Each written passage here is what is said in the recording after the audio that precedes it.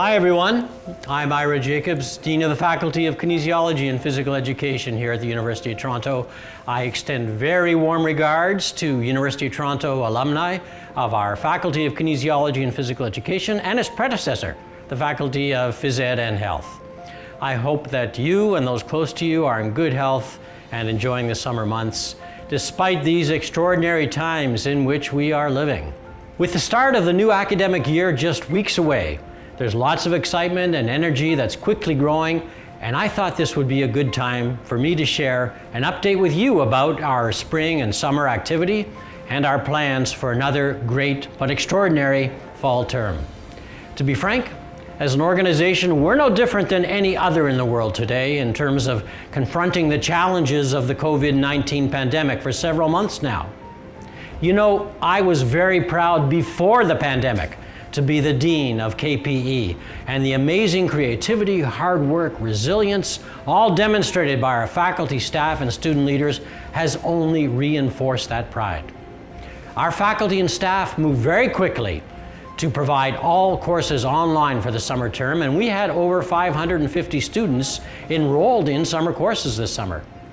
We launched dynamic virtual celebrations for our Dean Student Leadership Awards online, and also in recognition of our 2020 graduating students. And the university hosted its official formal convocation ceremony online as well. Our U of T Sport and Rec unit worked really hard to provide online workouts quickly, and lots of training opportunities and lots of other health and wellness resources. They included meditation, nutrition seminars, and we're actively planning for the fall. We look forward to welcoming our students and sport and rec members through our doors just as soon as we're able to do so. We also haven't stopped moving forward in solidifying that world-class reputation for high-impact kinesiology research and for student learning experiences, all of for which we are well known. To do that, we've added 4 new faculty members and scientists to our ranks. Dr. Robert Bentley is a new assistant professor specializing in cardiovascular physiology. Dr. Amy Kirkham, also an assistant professor, specializes in clinical cardiovascular health. And Dr. Adam Ali, a new assistant professor specializing in critical studies of race and environmental sustainability and their interaction with sport. And Dr. Timothy Burkhart, our final assistant professor, specializing in biomechanics and motor control. You know, Professors Bruce Kidd and Peter Donnelly, together with Simon Darnell, prepared a report for the social policy development sector of the Commonwealth Secretariat in the UK, recommending that future pandemic plans should include strengthening community sport, physical recreation, and sport for development. In other news, the faculty's graduate program has been renamed from the Graduate Department of Exercise Sciences, which it has been for a very long time, to the Graduate Department of Kinesiology, which will better align with the inter and multidisciplinary research interests and the expertise of our faculty. We've also created a new direct entry for students to apply directly from a bachelor's degree to our PhD program. We will be offering our undergraduate Bachelor of Kinesiology students a new certificate option to recognize, if they wish, an area of concentration in physical activity instruction. What else are we launching? Connections, K-I-N, a new initiative that will provide co-curricular opportunities for all of our undergraduate students to build connections with one another and with our professors and our staff. It's a new program, and it's going to support students through mentorship, health and wellness, community engagement, global citizenship, and career development. There will be an intentional focus in all of these programs on equity, diversity, and inclusion across all of those areas.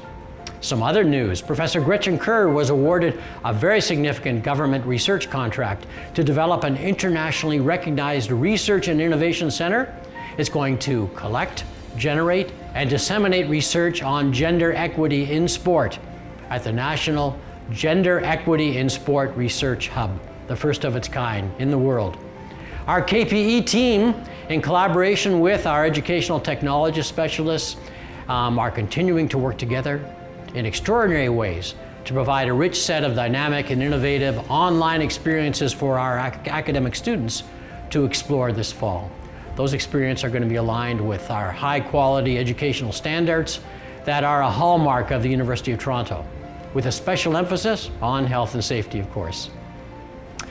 I invite you to review our website, kpe.utoronto.ca, to learn more about all of these exciting developments. Many issues have become a focus of the last few months, and they can be grouped into themes into which members of our KPE community have been active contributors because of the important interactions with exercise, sport, and physical activity. For example, nutrition, as those who are social distancing at home learn to cook something new to keep a healthy diet. Physical activity in general, because parks and gyms, they're closed, and people had to find new ways to incorporate exercise into their new routines by working out at home. Mental health, as social distancing disrupted the routines and our support systems, we have learned to reach out virtually. And equity, diversity, and inclusion has been a focus, together with anti-racism efforts, as the Black Lives Matter movement gained global momentum. You know, there's an abbreviation that may not be familiar to some alumni, BIPOC, B-I-P-O-C. It refers to individuals who identify as Black, Indigenous, or people of color. And in our faculty, we're applying focused energy to addressing anti-BIPOC racism by continuing to listen and learn and redoubling our efforts to advance the recommendations of our KPE Task Force report on race and indigeneity. Many of our faculty, students, and alumni have been profiled in the news on these subjects, as well as COVID-related questions. You know, I'm always so proud to see members of the broad KPE community sharing their knowledge and expertise with national and international communities in just this way.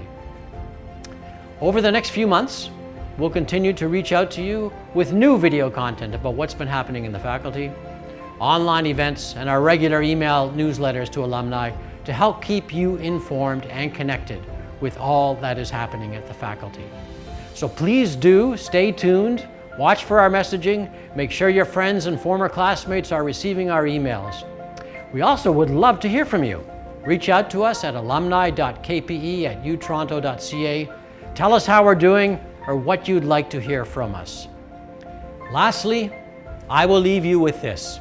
In a recent survey of our current students and alumni, I noted the following key words which were frequently used to describe our faculty: collegial, active, inclusive, connected, collaborative, close-knit, and a family. These attributes for any organization are more valuable than ever as we plan for how to best support our students, our future alumni in the fall term under conditions none of us have ever experienced. I assure you, we're working really hard to ensure that our class engagement and connections among students and instructors and professors will be imbued with that same excellence that has always defined our faculty and set us apart from our peers.